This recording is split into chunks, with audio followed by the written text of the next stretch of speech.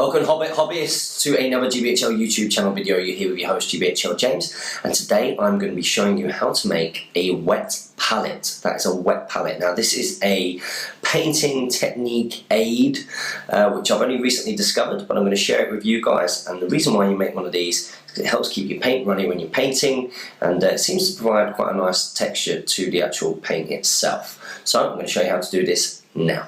So we're going to start off with what you will need. First up, you will need a palette.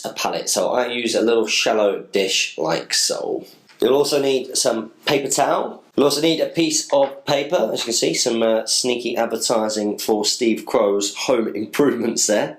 You'll need a pair of scissors, and I'm pretty sure every house has got a tap. So first up, what I'm going to do is I'm going to take the piece of paper like so, and I'm just going to approximately cut a circle. So always a good idea when you're cutting a circle to fold the paper in half. I'm just going to try and cut it so it fits approximately my palette, so my plastic palette. So I'll have a little look there, and there's a circle, not quite a circle, so I'll just cut round and just try and make sure that if I wanted it to, it would fit in the palette like so.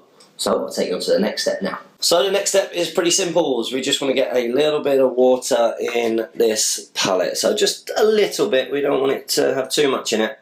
But at the same time, oh, there we go. That should be plenty of water for our wet palette. So now that our palette has got a shallow amount of water in it, we're going to take the paper towel like so. We're just going to press it in, and you'll notice that straight away the paper towel will start to absorb some of the water. Now, quite difficult to do when you've got a phone in your hand. What I'm going to do here is just fold over some of the excess paper just so that it's not in the way, and you'll notice that we end up with this little wet base area. Now remember, this is just how I've been making a wet palette. It's not necessarily the right way. I just read something on the internet and thought it might help you strategy battle gamers. So that is the next step, and we let that just soak through. So next bit, we want to take our circular piece of paper and we want to insert it in to the palette like so. And what I'm going to do is, you'll notice that I'm going to be pressing down, and I want some of the water to soak through and to make the paper itself reasonably damp. And I'm pushing down because what I want to try and do is get some of the air bubbles out of the bottom. So just wiping across. We don't want it to be soaking through. We don't want it to be there to be any kind of puddles. That's not what we're going for. So you can see there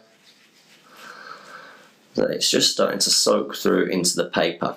And once I've done one side, probably could have afforded to spend a bit longer there, but once I've done one side, I will, with two hands preferably, flip this over and go onto the other side and repeat. So I'll just do the following, like that. I'll smooth it down again, and that is our wet palette. So I'm going to show you how that works now. So the advantage of the wet palette over a normal palette is the fact that it keeps the paint reasonably dry. So I'm just going to wet my brush a little bit there. We're going to dip it into the paint, which is much more difficult to do when you've got a camera in your hand than you'd imagine. I'm just going to put a bit of paint on the wet palette, and as you can see, even without a drop of water in it, it just keeps the paint that nice little bit runny. So if I go down again and put some water in, that's that.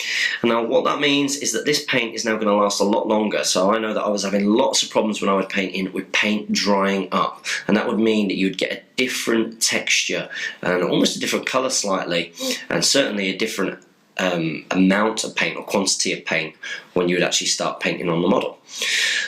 So that has been my quick tip on how to create a wet palette. I hope that helps some of you guys. Make sure as always that you comment, like, share and subscribe. Support your Hobbit hobby, and happy strategy battle gaming.